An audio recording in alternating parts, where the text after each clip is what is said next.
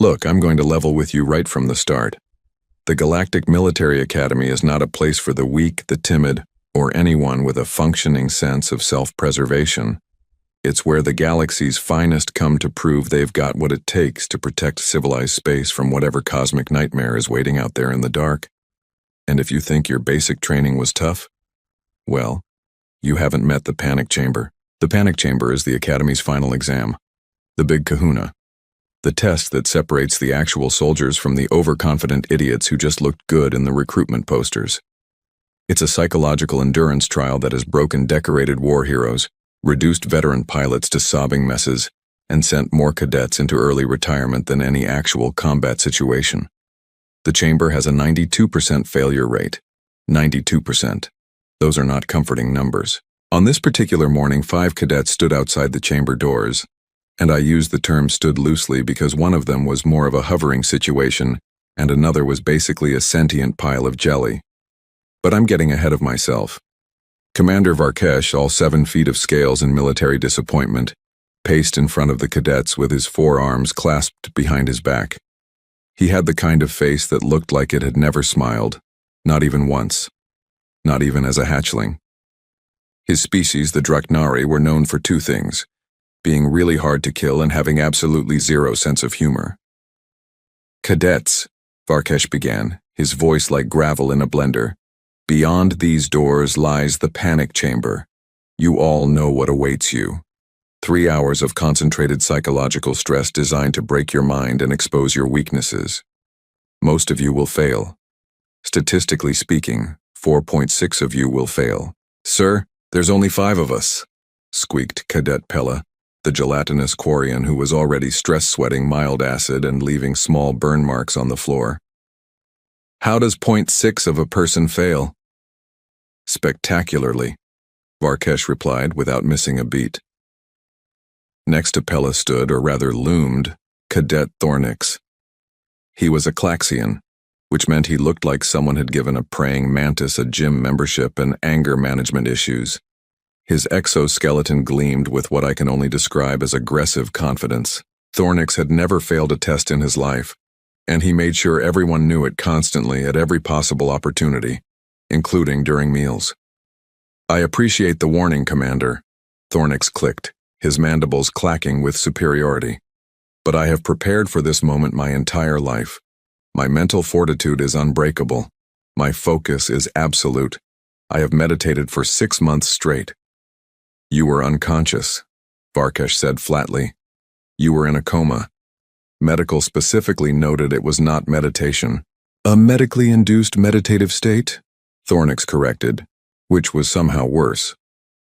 Then there was Cadet Rin, a Vexorian who looked like someone crossed an otter with a shadow, and Cadet Hollis, a Centauran with too many eyes and not enough common sense. But the real star of our show, the one who's going to make this story worth your time, was standing at the end of the line, swaying slightly like a building in a mild earthquake. Cadet Marcus Webb, human, 23 Earth years old, 5 foot 10 inches of sleep deprivation and poor life choices. Marcus had the kind of face that suggested he'd been tired since birth. Dark circles under his eyes that could qualify as carry-on luggage. His uniform was technically regulation, but wore it with the energy of someone who'd gotten dressed in the dark while falling downstairs. He was currently, and I want you to appreciate this detail, holding a cup of coffee that had to be his 6th of the morning. It was only 0800 hours. "Cadet Webb," Varkesh said, his reptilian eyes narrowing. "Are you prepared?" Marcus looked up like he'd just been woken from a standing nap, which, knowing Marcus, he probably had. "Oh yeah, totally. Super prepared. Ready to panic or whatever we're doing." Varkesh's scales did this thing where they rippled with barely contained frustration. He'd been trying to wash Marcus out of the program for 3 semesters, but the human kept accidentally succeeding through what could only be described as spite and caffeine. "The chamber will begin in 5 minutes. I suggest you all make peace with whatever gods you believe in." Varkesh gestured toward the massive doors with one of his arms while checking his datapad with another. Multitasking, the Draknari specialty.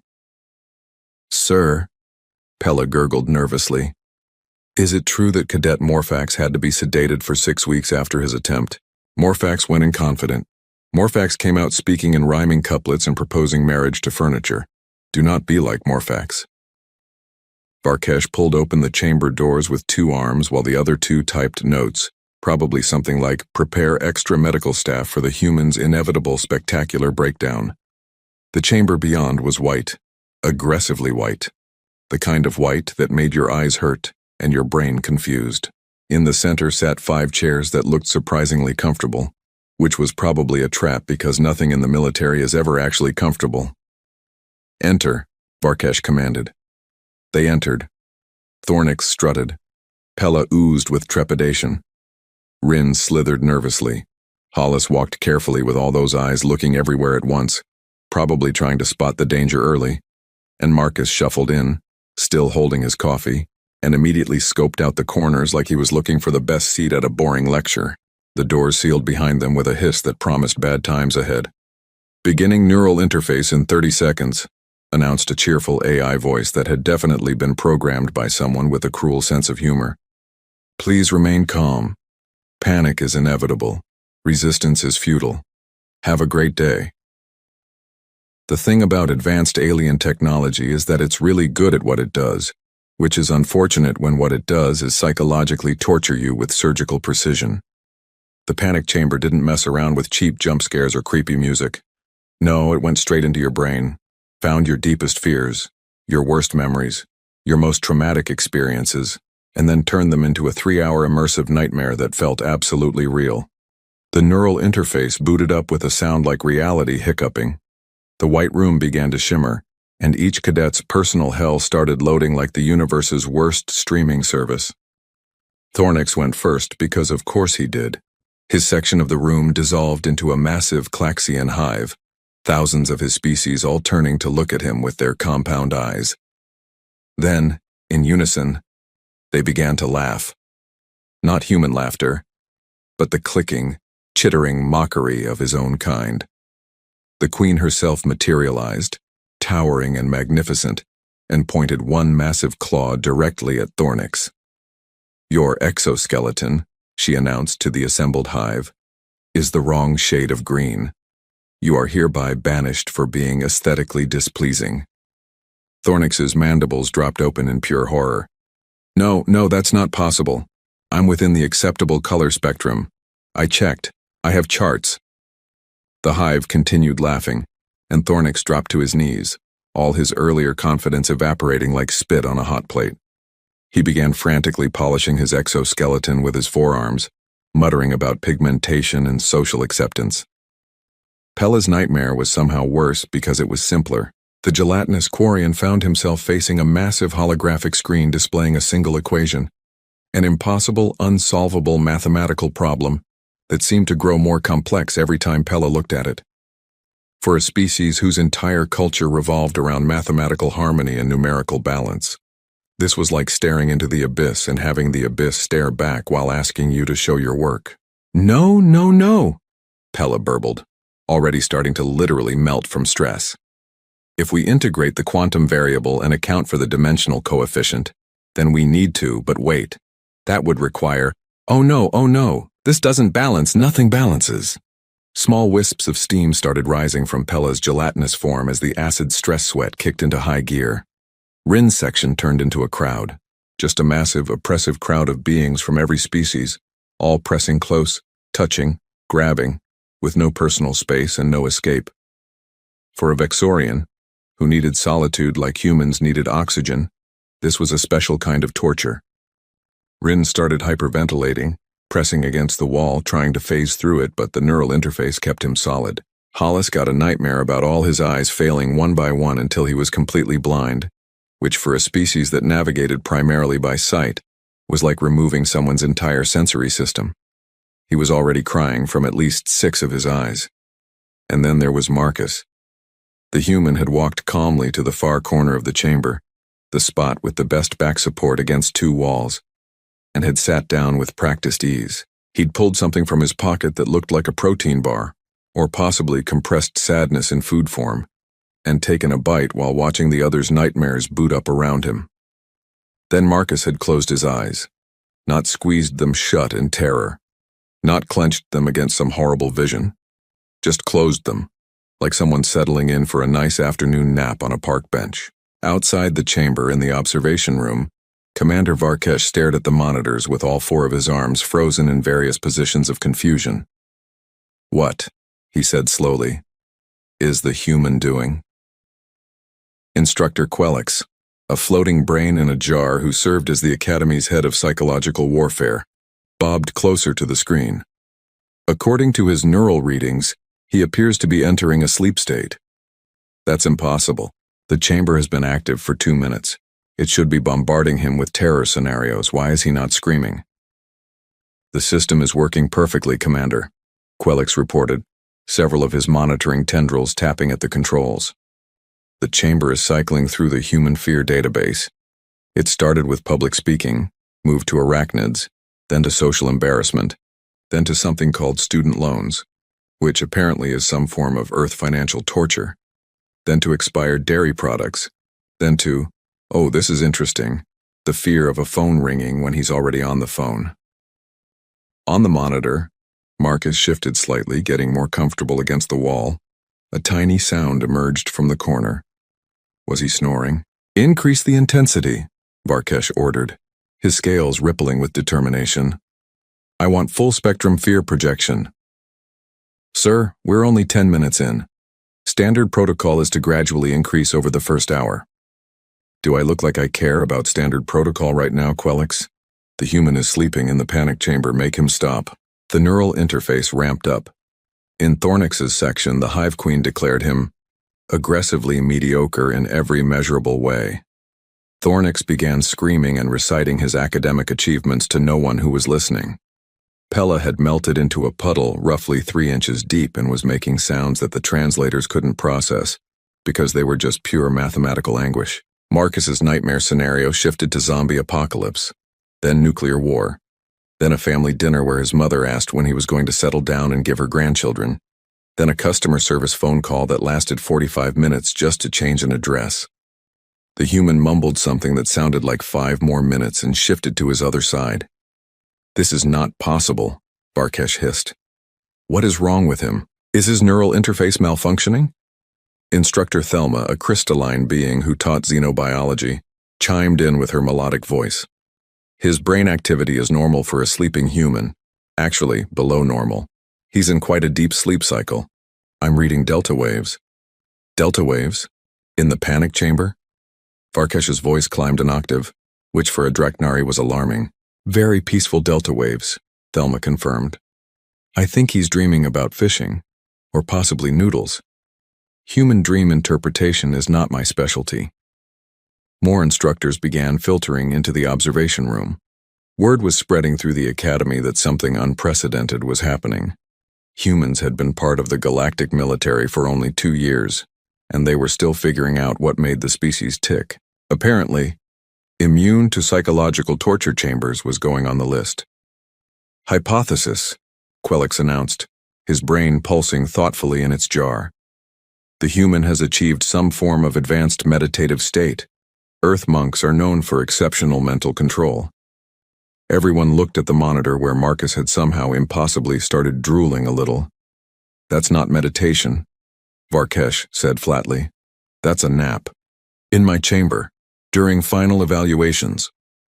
His tail lashed in agitation, knocking over a chair. "This is the worst day of my career."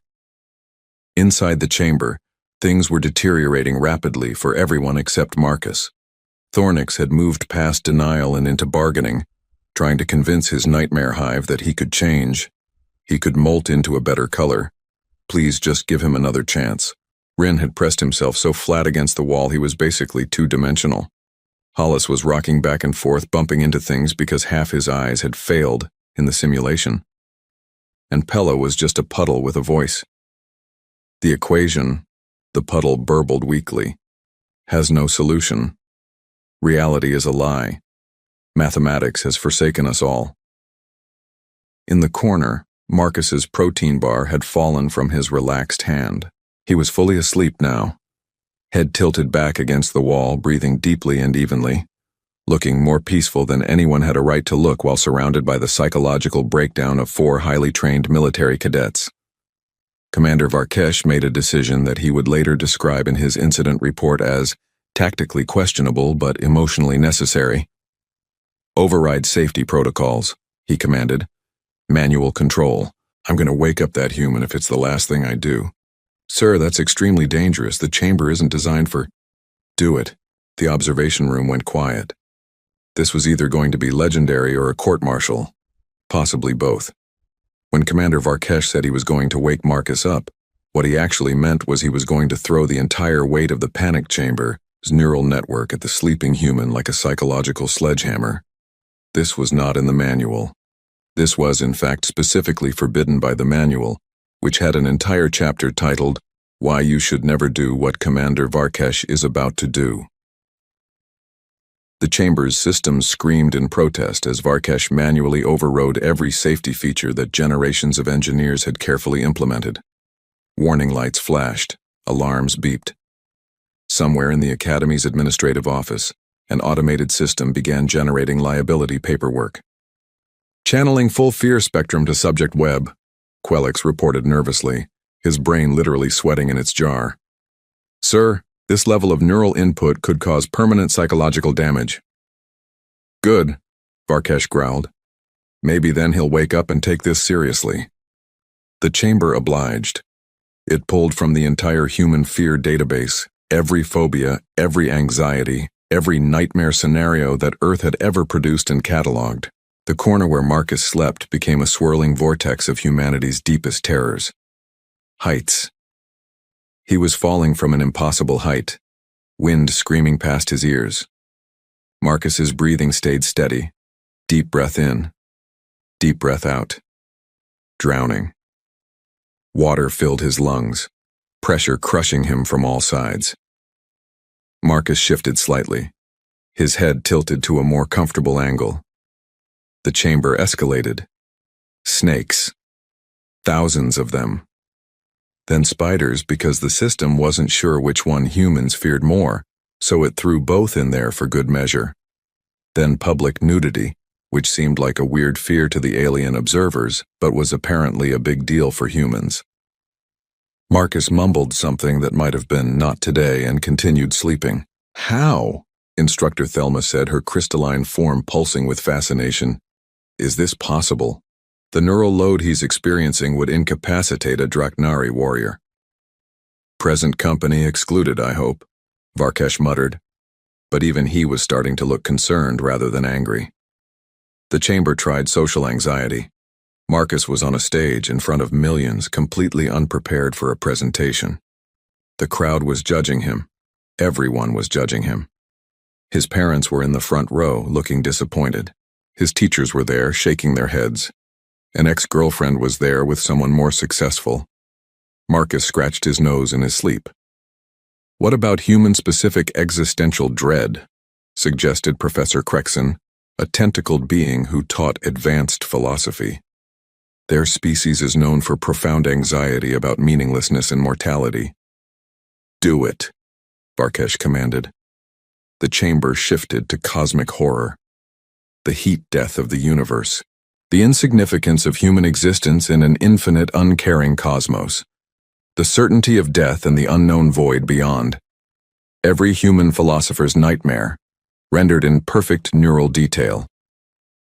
Marcus started snoring. Not loud, but definitely audible on the monitors. A soft, almost peaceful snoring that suggested he was having quite a pleasant time. "I'm going to be demoted for this," Varkesh said quietly.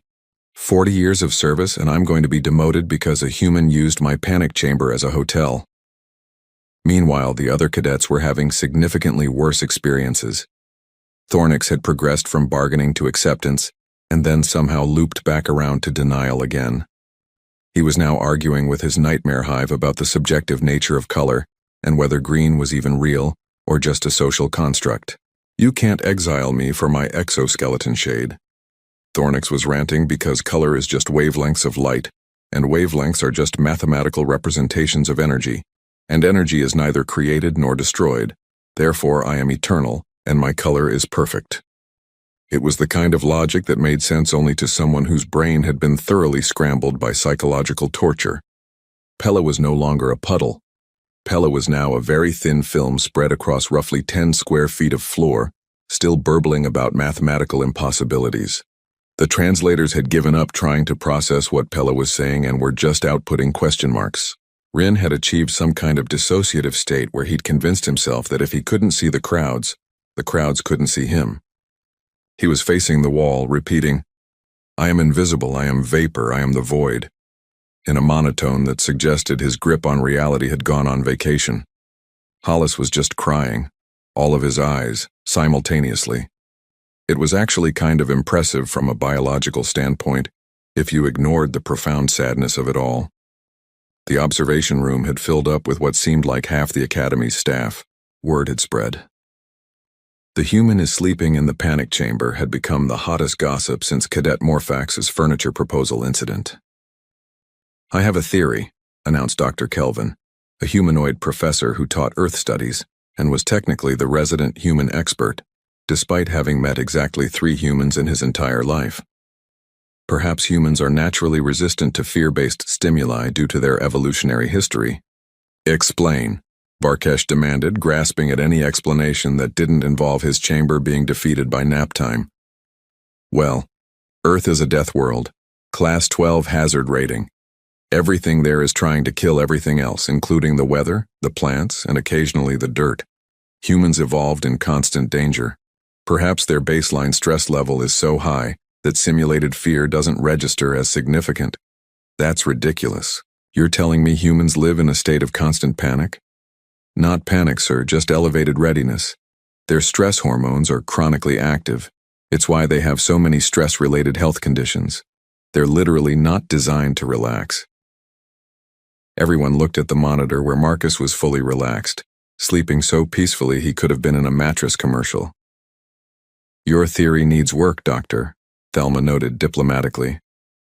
The chamber was starting to show strain. It had been cycling through fears for 40 minutes now, burning through processing power like Marcus burned through coffee.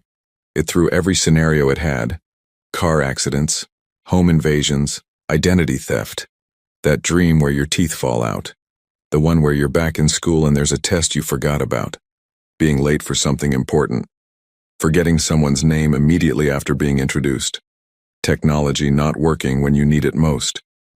For each scenario, Marcus's brain just said, "Yeah, okay, whatever," and continued its peaceful slumber. "Sir," Quelix reported, "the system is starting to repeat scenarios. We've exhausted the human fear database. Then make something up." Varkesh was pacing now, all 4 arms gesticulating wildly. "I don't care what it is, combine fears. Make a fear smoothie, just wake him up." The chamber, in its desperation, created something new, a nightmare amalgamation of everything at once. Nuclear zombie spiders asking Marcus about his career plans while he was naked at a family reunion, during a math test on a stage over an infinite void, while customer service kept him on hold. Marcus mumbled something that sounded suspiciously like "weird dream" and shifted to his other side, getting more comfortable. "That's it," Varkesh announced. "We're going to manual extraction. This has gone on long enough." "Sir, we're only 90 minutes in. The test is supposed to last 3 hours. "I'm aware of the test duration, Quelix. I designed the test. But I'm ending it now before that human makes me look worse than he already has." "Worse than which part, sir? The sleeping part or the snoring part?" Varkesh's expression suggested that Quelix was about to have a very unfortunate training accident in the near future. "Just open the doors." But before anyone could hit the emergency release, something unexpected happened. Marcus woke up on his own. Not because of the chamber's efforts, but because his internal alarm clock, honed by years of terrible work schedules, told him he'd gotten about as much sleep as he was going to get. He yawned, stretched, and looked around the chamber with bleary eyes at the chaos surrounding him. Thornix was having a full identity crisis. Pella was a molecular smear. Rin had emotionally divorced himself from reality. Hollis was in a puddle of his own tears. "Huh," Marcus said, his voice rough with sleep. "Did I miss something?" In the observation room, you could have heard a pin drop, or a jaw. Several jaws dropped, actually, which for some species involved multiple parts. He's asking, Varkesh said slowly, carefully, like someone trying very hard not to commit violence, if he missed something. To be fair, sir, Thelma offered, he was asleep. I know he was asleep, Varkesh roared. Everyone in the entire academy knows he was asleep. It's going to be in the history books. The day a human slept through the panic chamber and ruined Commander Varkesh's entire career. I think you're being a bit dramatic, sir, Quelix said. Am I? Am I really? Because I'm pretty sure there are already cadets in the hallway taking bets on my resignation. He wasn't wrong. There were absolutely cadets in the hallway taking bets. The odds were surprisingly good. Commander Varkesh had been in the military for 42 years. He'd survived 3 wars, 2 assassination attempts, and 1 very awkward diplomatic incident involving a translator malfunction and the Xertaxian Queen. He'd trained thousands of cadets, commanded hundreds of missions, and earned more medals than he had chest to pin them on. He was respected, feared, and occasionally used as a cautionary tale in leadership seminars. None of that mattered now because a human had just slept through his panic chamber, and Varkesh's entire reputation was circling the drain like water in a broken toilet. Override safety protocols, Varkesh announced, his voice dropping to a dangerous octave that made several observers instinctively step back. Full manual control.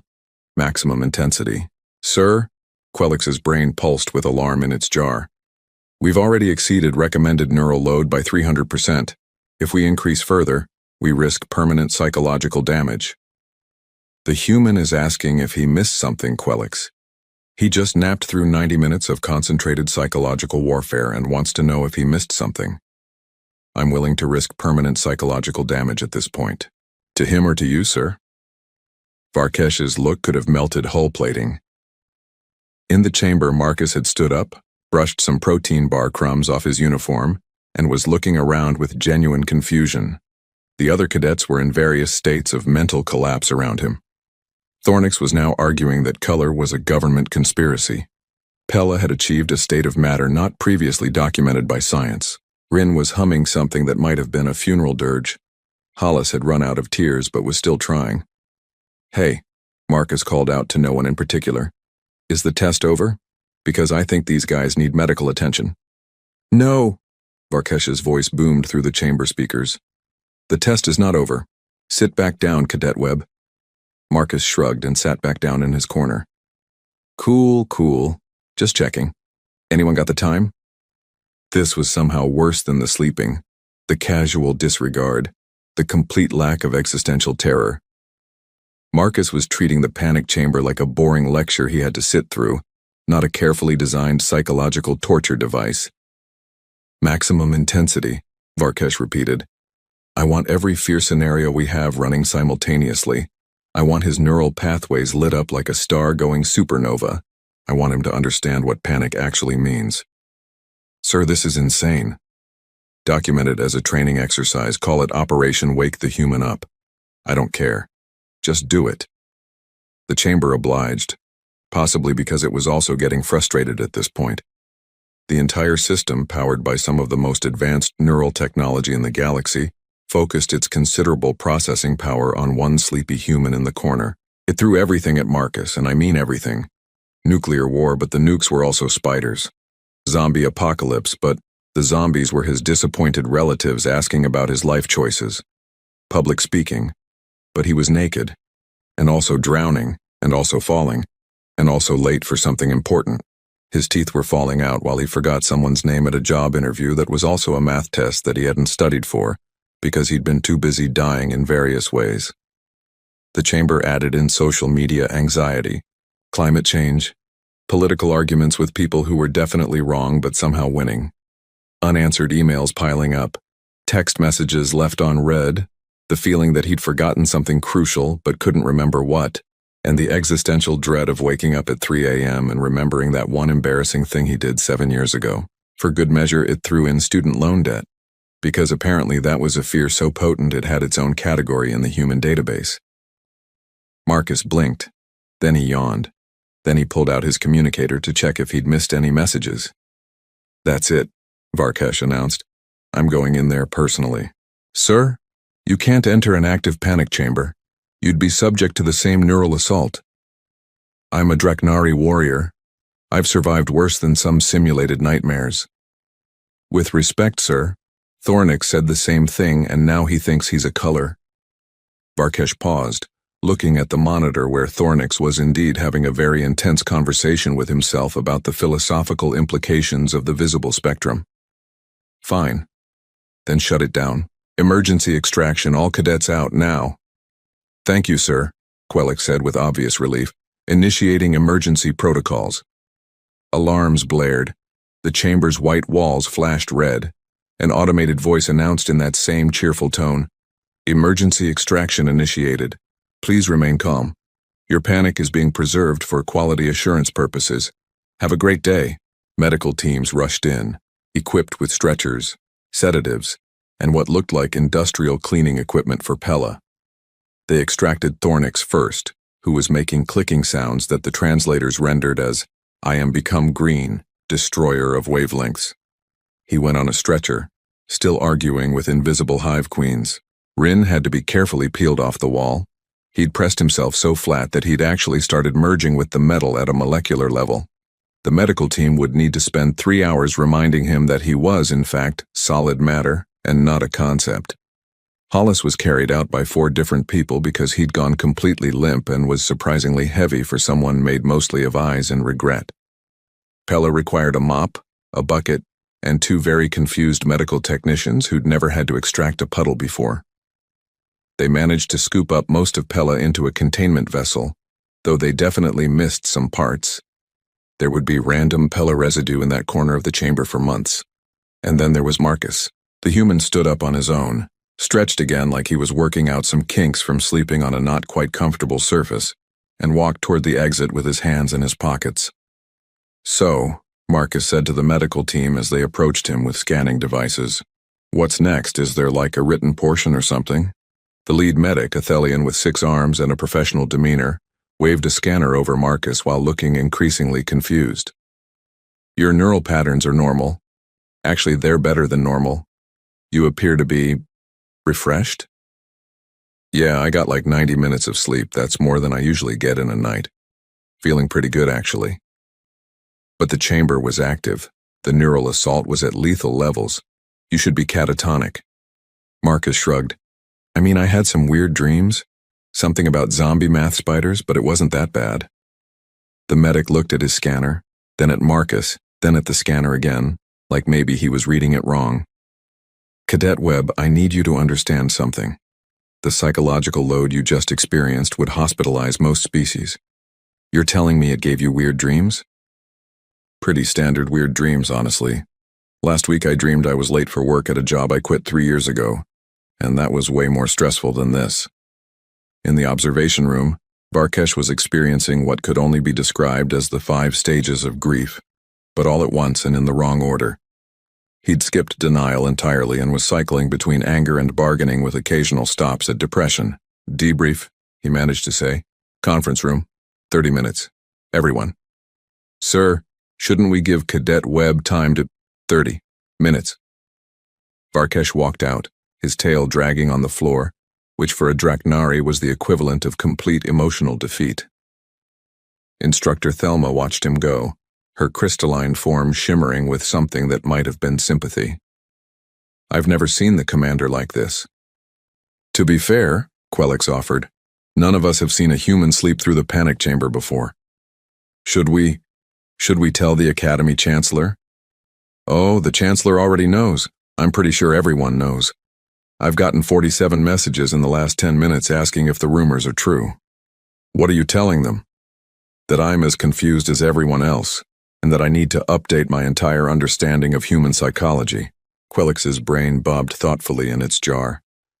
"Also that they should probably start taking bets on how this debrief goes. I'm putting money on Varkesh trying to fail Webb out of pure spite." "Can he do that?" Technically, Webb passed. He stayed in the chamber for the required time and maintained consciousness. He maintained more than consciousness. He maintained a REM cycle. Below them, in the chamber, maintenance crews were already working to clean up and reset the systems. One technician was scraping up the last of Pella with a spatula, and a lot of questions about his career choices.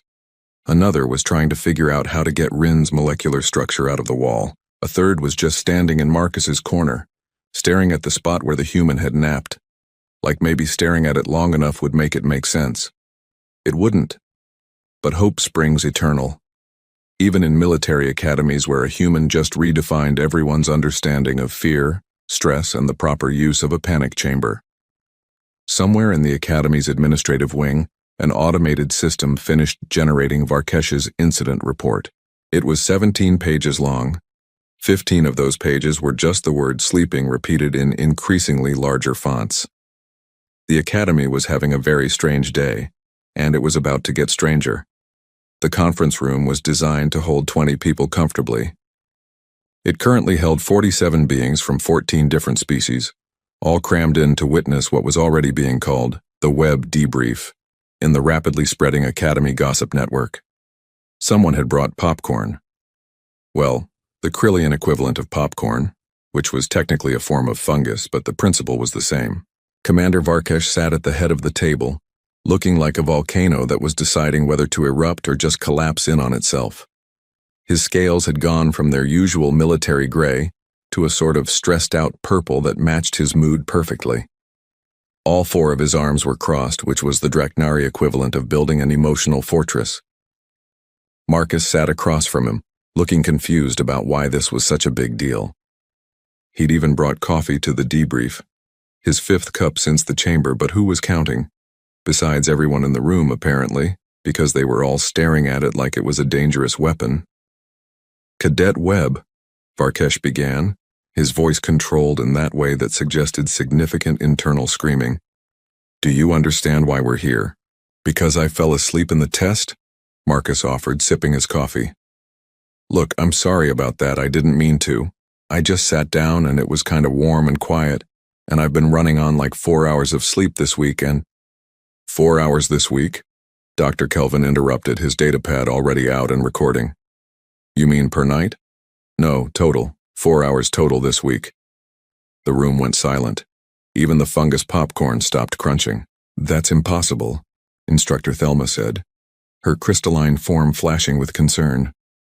Humans need 7 to 9 hours per night. That's in every xenobiology textbook. You should be dead. Marcus laughed, which was apparently the wrong response based on everyone's expressions.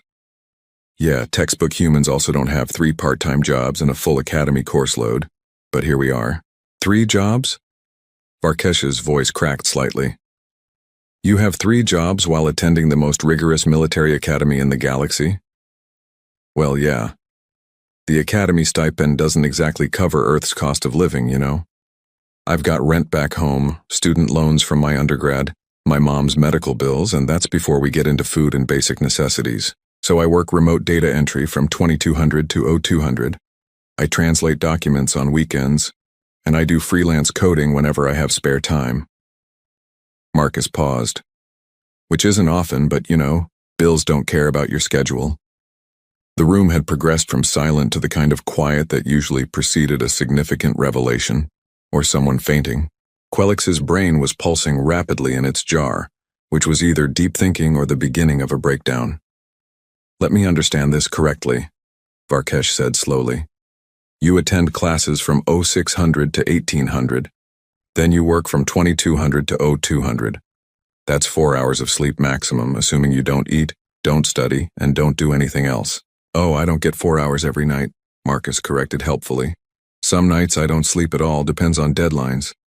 Last week I had a project due for advanced tactics and a coding rush job, so I was up for about 50 hours straight. That was rough. Rough, Thelma repeated faintly. 50 hours awake is rough. I mean, I wouldn't recommend it. You start seeing things that aren't there around hour 40. But I've done worse. Professor Crexon, who'd been silent until now, suddenly spoke up. Cadet Webb, I need you to describe your average day, in detail, for science. Marcus shrugged. Sure. Wake up at 0530, shower, grab coffee, class until lunch, more class, combat training, more class, tactical simulations, dinner, Usually something I can eat while walking. Then I've got about 4 hours to study, do homework, maybe sleep a little. Then work starts at 2200 until 0200. Then I've got 3 hours to finish any assignments I didn't get to. Maybe nap for 90 minutes if I'm lucky. Then start over. And weekends? Crexon pressed. Translation work, freelance coding, laundry, trying to remember what sunlight looks like. The usual. The usual. Marcus had just described a schedule that would kill most species and called it usual. Dr. Kelvin was typing frantically on his datapad. This explained so much about Earth psychology, the stress baseline, the anxiety disorders, the coffee addiction. Hey, I'm not addicted to coffee, Marcus protested. I can stop anytime I want. You're holding a cup right now. That doesn't prove anything. Varkesh raised one hand for silence, though his expression suggested he was having a significant crisis about his understanding of reality. Cadet Webb, let me ask you something. When you entered the panic chamber, what did you think was going to happen?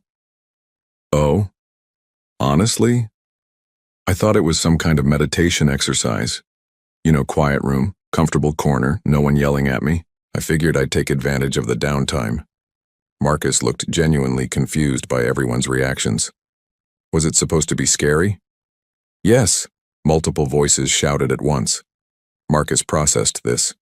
Well, I mean, I had some weird dreams, but compared to my actual daily stress levels, it was kind of relaxing. Like, at least in the dreams, I wasn't worrying about rent or deadlines. Dreamy was just running from zombie spiders, which is way less complicated than my real problems. Instructor Quellix's brain bobbed forward, his voice taking on the tone of someone making a horrible discovery. Commander Varkesh, I think I understand what happened. The panic chamber works by creating stress levels beyond the subject's normal experience. It finds your baseline anxiety and then exceeds it dramatically. I know how my own chamber works, Quellix. But sir, if the human's baseline stress level is already at what we would consider critical psychological danger levels, then the chamber's simulations wouldn't register as particularly threatening. They'd be just another Tuesday. The room absorbed this information like a sponge absorbing existential dread. You're telling me, Varkesh said carefully, that humans live in a constant state of stress that would require medical intervention for any other species. That appears to be the case, yes. And that we've been training them wrong this entire time because we assumed they had normal stress responses? Also, yes. Varkesh put his head in two of his four hands. This is worse than I thought. Marcus raised his hand like he was in class. So, did I pass or fail? Because I've got a shift in 3 hours and I need to know if I should start looking for a new career path. You have a shift in 3 hours? Thelma's voice had climbed an octave. You just went through the panic chamber. You should be recuperating for at least 48 hours. Yeah, but rent doesn't care if I'm recuperating. How much is your rent? Marcus told them. The number meant nothing to most of the aliens in the room because they had no frame of reference for Earth economics, but Dr. Kelvin did a quick conversion and went pale, which was impressive for someone who was already naturally pale. That's criminal, Kelvin said flatly. That's more than a Terran military officer's monthly salary. Welcome to Earth housing markets. I'm lucky to have roommates, or it'd be worse. You have roommates and still pay that much? 4 roommates, actually. It's a small apartment. We have a rotation schedule for the bathroom. The debrief had officially gone off the rails. What was supposed to be an inquiry into Marcus's unprecedented performance had turned into a horrified exploration of why humans were apparently living in conditions that violated several galactic welfare standards.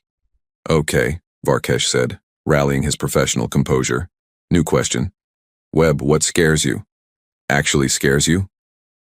Marcus thought about it, genuinely considered the question. Not making rent? Disappointing my mom? The American healthcare system? Oh, and those scam calls where they pretend to be the government.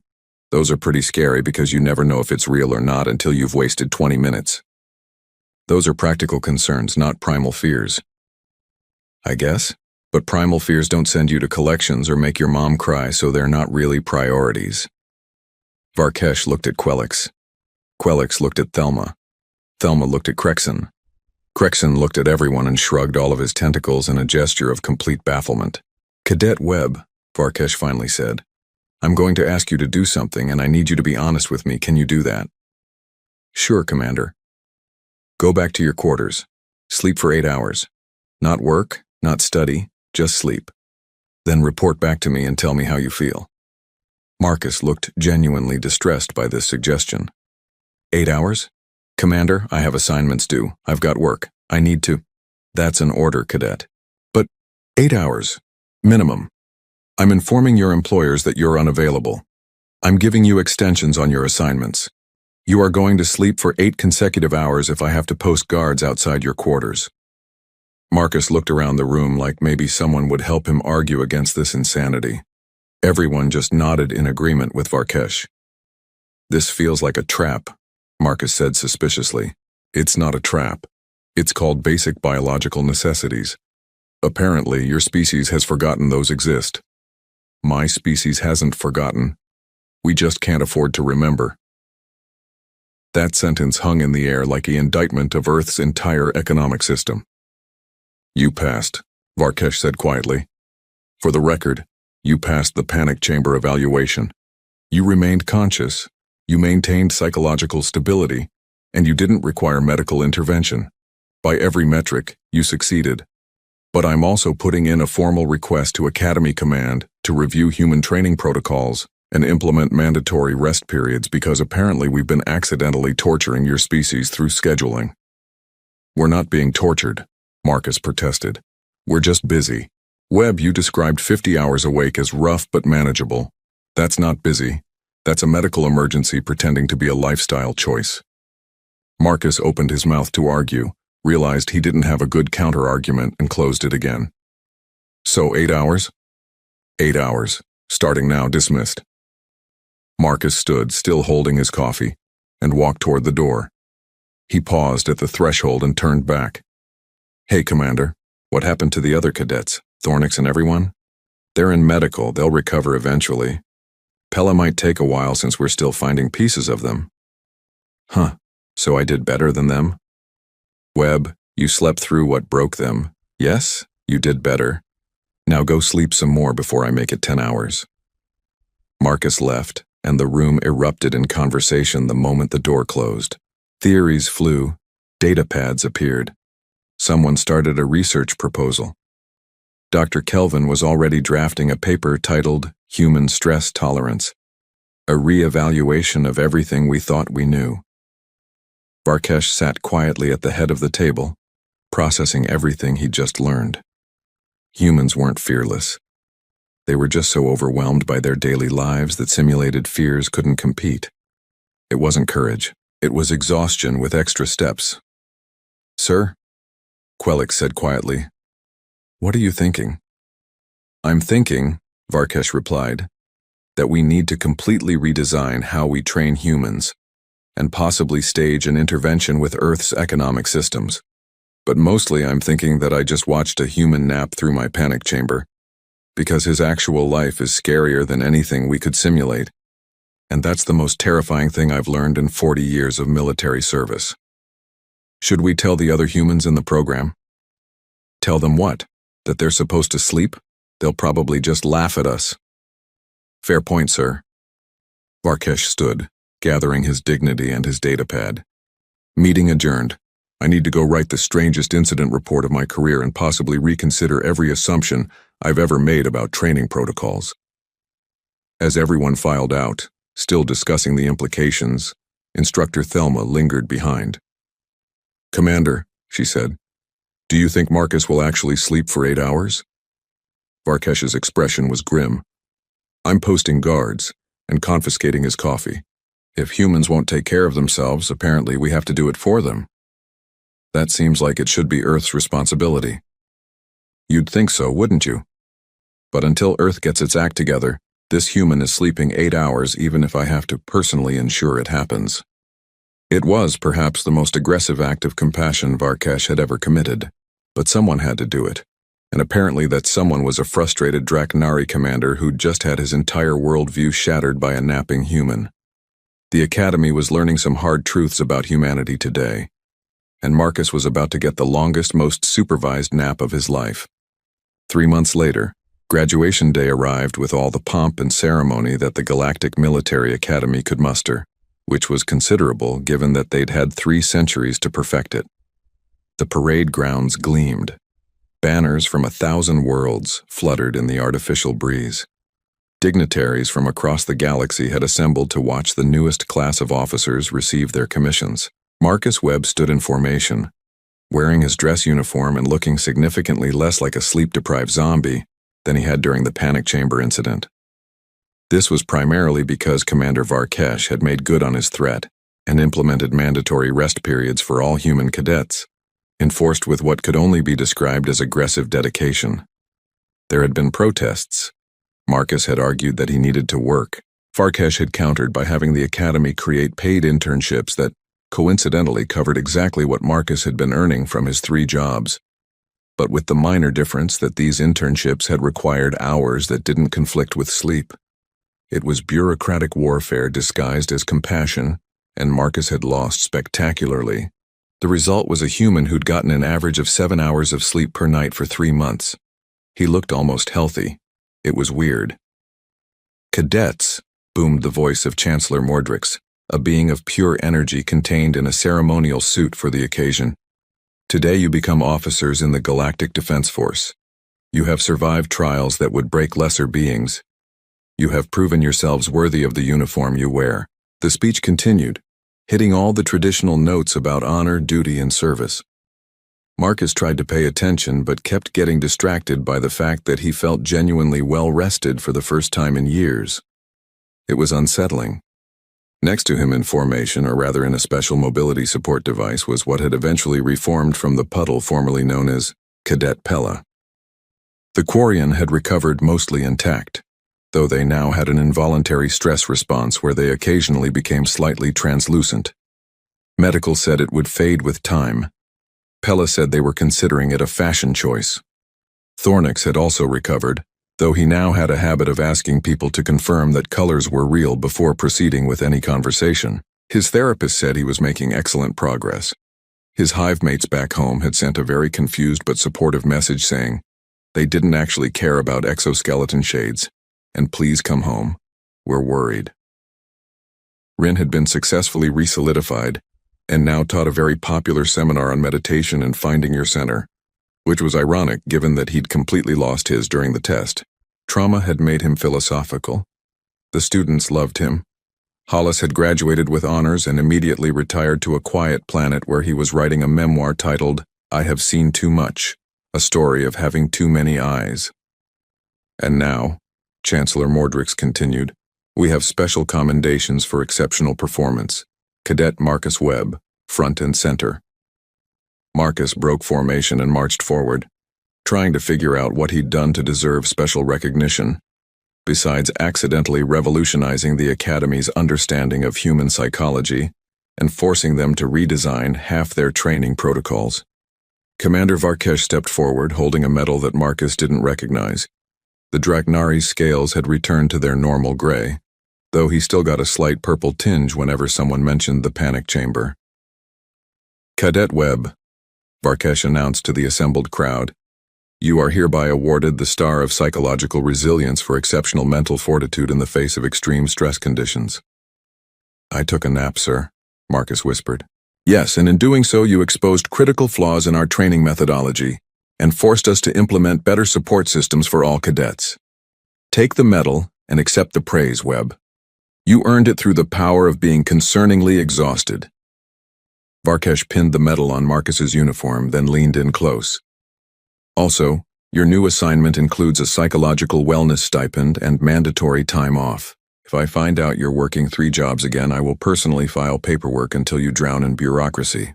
Are we clear?" "Crystal clear, sir." "Good. Now smile for the cameras. Earth's media is very excited about this story, though we've edited out the parts that make your planet's economic system look like a war crime." Marcus smiled. The cameras flashed. Somewhere in the audience, Dr. Kelvin was crying proud tears and taking notes for his follow-up paper, Human Stress Tolerance. Part 2. They're better when you let them sleep. Who knew? The ceremony continued with more awards, more speeches, and more ceremonial music that Marcus was pretty sure violated several conventions about acceptable noise levels. Eventually, it ended, and the new officers were released to celebrate with their families and friends.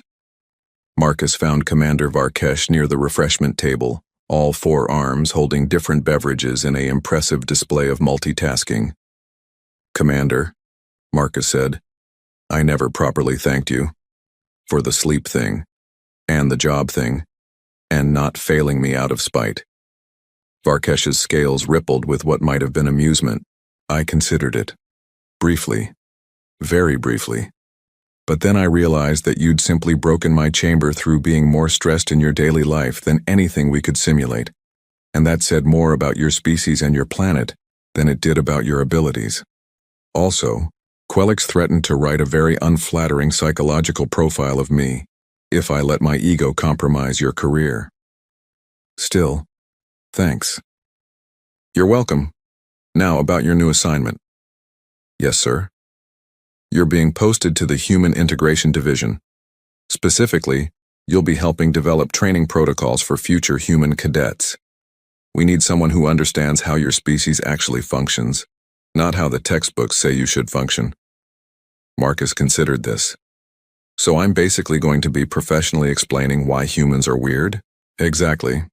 It pays well, includes full benefits, and has strictly enforced work-life balance requirements. I took the liberty of reviewing the contract personally. You really did threaten me with bureaucracy. I'm a Draknari commander, Webb. Bureaucracy is our primary weapon system. Paperwork has ended more conflicts than plasma cannons ever did." They stood in companionable silence for a moment, watching other graduates celebrate with their families. Marcus' mom had sent a video message saying she was proud of him and asking when he was going to settle down and give her grandchildren, which meant some things were universal across all species. "Sir," Marcus said eventually, "what happened to the panic chamber?" Varkesh's scales went slightly purple. "We've redesigned it. It's now called the Stress Assessment Chamber. It operates at 60% of previous intensity, and we've added mandatory breaks every 30 minutes. Also, humans are completely exempt from it." "Completely? Completely?" "We created a different test for humans. It's called the Relaxation Chamber." Marcus laughed. "That doesn't sound so bad. We put you in a comfortable room, give you a full 8 hours of free time with no obligations, no work, no responsibilities, and tell you to just relax. That's not scary at all." Cadet Finnegan lasted 6 minutes before having a panic attack about wasted time. Cadet Rodriguez started doing push-ups because she couldn't handle not being productive. Cadet Kumar tried to organize the furniture by size and color. We had to extract all three early. Oh, exactly. Turns out telling a human to do nothing is more psychologically distressing than any nightmare we could create. Who knew? That's actually kind of sad when you think about it. It's very sad, which is why the new human training protocols include mandatory relaxation therapy. You're all going to learn to do nothing, even if we have to force you. It's for your own good. Marcus smiled despite himself. "You really care about this, don't you?" Varkesh's expression softened slightly, which for a Draknari meant his scales stopped looking quite so sharp. "I've been training cadets for 4 decades, Webb. I've seen beings from hundreds of species, each with their own strengths and weaknesses, but I've never encountered a species that needed to be protected from themselves quite like humans do. You're brilliant, resilient, adaptable, and completely terrible at basic self-care. Someone has to look out for you until you learn to look out for yourselves. That's almost touching, sir. Don't make it weird, Webb." Too late. Across the parade grounds, a commotion drew their attention. Someone had set up a display about the new human integration protocols, and a crowd had gathered to read about the infamous panic chamber incident. The story had grown in the telling, as stories do.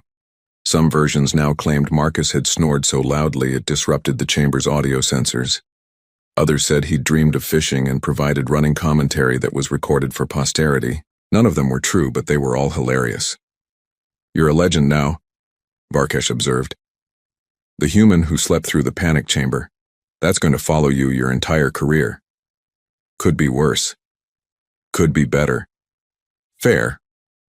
They watched the crowd for a moment longer. Someone had brought up a hollow recording of Marcus's peaceful sleeping face from the chamber monitors. It had somehow become a meme.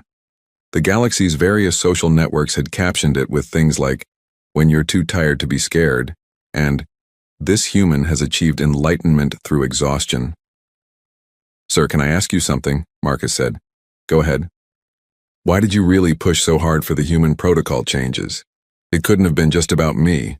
Varkesh was quiet for a long moment, his scales shifting through several colors before settling back on gray. "Because I'm a military officer, Webb. My job is to prepare soldiers for combat, to train them to face any threat the galaxy can produce. But what I was doing to your species wasn't training. It was exploitation. I was taking advantage of your stress tolerance to push you harder without realizing that tolerance came at a cost. When I saw you sleeping in that chamber, I thought you were mocking me. But then I learned the truth, and I realized the real mockery was that I'd been so blind to what your species was enduring. That's probably the most honest thing you've ever said to me, sir. Don't expect it to become a habit. I have a reputation to maintain. Your secret's safe with me." Chancellor Mordrix's voice boomed across the grounds again, calling for one final toast to the graduating class. Everyone raised their various beverages in species-appropriate ways. Marcus lifted his glass, which contained something that was definitely not coffee, because Varkesh had threatened to confiscate his entire supply if he didn't diversify his beverage choices. "To the future," Mordrix declared. "To the brave officers who will protect our galaxy. To the humans who have shown us that sometimes the greatest strength is simply refusing to give up, even when everything is terrible. And to the panic chamber, may it rest in peace." "It's not dead," Varkesh muttered. "It's just been significantly nerfed." Everyone drank. Speeches ended. The formal ceremony transitioned into informal celebration. Marcus found himself surrounded by other graduates, all wanting to hear the true story of the panic chamber. He told it honestly, which made it both less exciting and somehow more impressive than the myths. Later, as the twin suns set over the academy grounds, Marcus stood alone for a moment, metal heavy on his chest, and thought about the journey that had brought him here. From Earth, from working 3 jobs and sleeping 4 hours a week, from being so overwhelmed that a psychological torture chamber felt like a nice break. He thought about Commander Varkesh's words about being protected from himself, about learning to actually rest. He thought about Pella, Thornix, Rin, and Hollis, all broken by fears that hadn't even registered as significant to him. He thought about what that said about humanity, about Earth, about the systems that had normalized constant stress until it became invisible. "Hey Marcus," someone called. It was Cadet Finnegan, one of the other humans in the program. "We're heading to the celebration hall. You coming?" "Yeah," Marcus said, turning away from the sunset. "I'll be right there." As he walked toward the lights and laughter, he made a silent promise to himself. He'd use his new position to help other humans, to make sure the Academy understood them better, to create systems that supported rather than exploited their resilience. He'd work hard, because that's what humans did, but he'd also sleep, because apparently that was important too. Behind him, Commander Varkesh watched the human go and allowed himself a small smile. 42 years of military service, and this was the assignment he was most proud of. Not the battles won or the medals earned, but the small act of forcing one exhausted human to rest, and in doing so, changing how the entire Academy treated an entire species. It wasn't glorious, it wouldn't make the history books, but it mattered, and sometimes, that was enough. The panic chamber incident would be told and retold across the galaxy for generations, growing more absurd with each telling. But the truth at its heart remained simple. Sometimes the bravest thing a human can do is admit they're tired. And sometimes the kindest thing anyone can do is make them sleep. Marcus Webb slept through the panic chamber, but what he really did was wake up the Academy to the reality of human existence. And that, as it turned out, was terrifying in a completely different way.